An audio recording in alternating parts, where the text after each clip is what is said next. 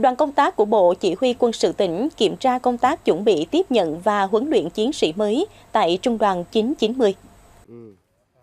Đoàn trực tiếp kiểm tra vật chất, mô hình học cụ huấn luyện và công tác xây dựng, củng cố, tu sửa thao trường 7 tập, kết quả tập huấn cán bộ các cấp và khung huấn luyện chiến sĩ mới, kế hoạch tiến trình biểu, giáo án huấn luyện, nơi ăn ở và khu tăng gia sản xuất, bảo đảm cho huấn luyện chiến sĩ mới của đơn vị. Đoàn đánh giá cao công tác chuẩn bị của Trung đoàn 990 trong thời gian qua, đã làm tốt công tác củng cố doanh trại thao trường 7 tập, chuẩn bị chu đáo nơi ăn nghỉ sinh hoạt cho bộ đội và yêu cầu sau khi tiếp nhận chiến sĩ mới, đơn vị cần sớm ổn định biên chế, nắm chắc tình hình tư tưởng, trình độ văn hóa, phúc tra tiêu chuẩn chiến sĩ mới theo đúng quy định. Đồng thời, làm tốt công tác tiếp nhận chiến sĩ mới tại các địa phương được giao, bảo đảm an toàn tuyệt đối và tổ chức lễ ra quân huấn luyện, bảo đảm trang trọng, tạo khí thế thi đua sôi nổi ngay từ những ngày đầu, tuần đầu ra quân huấn luyện.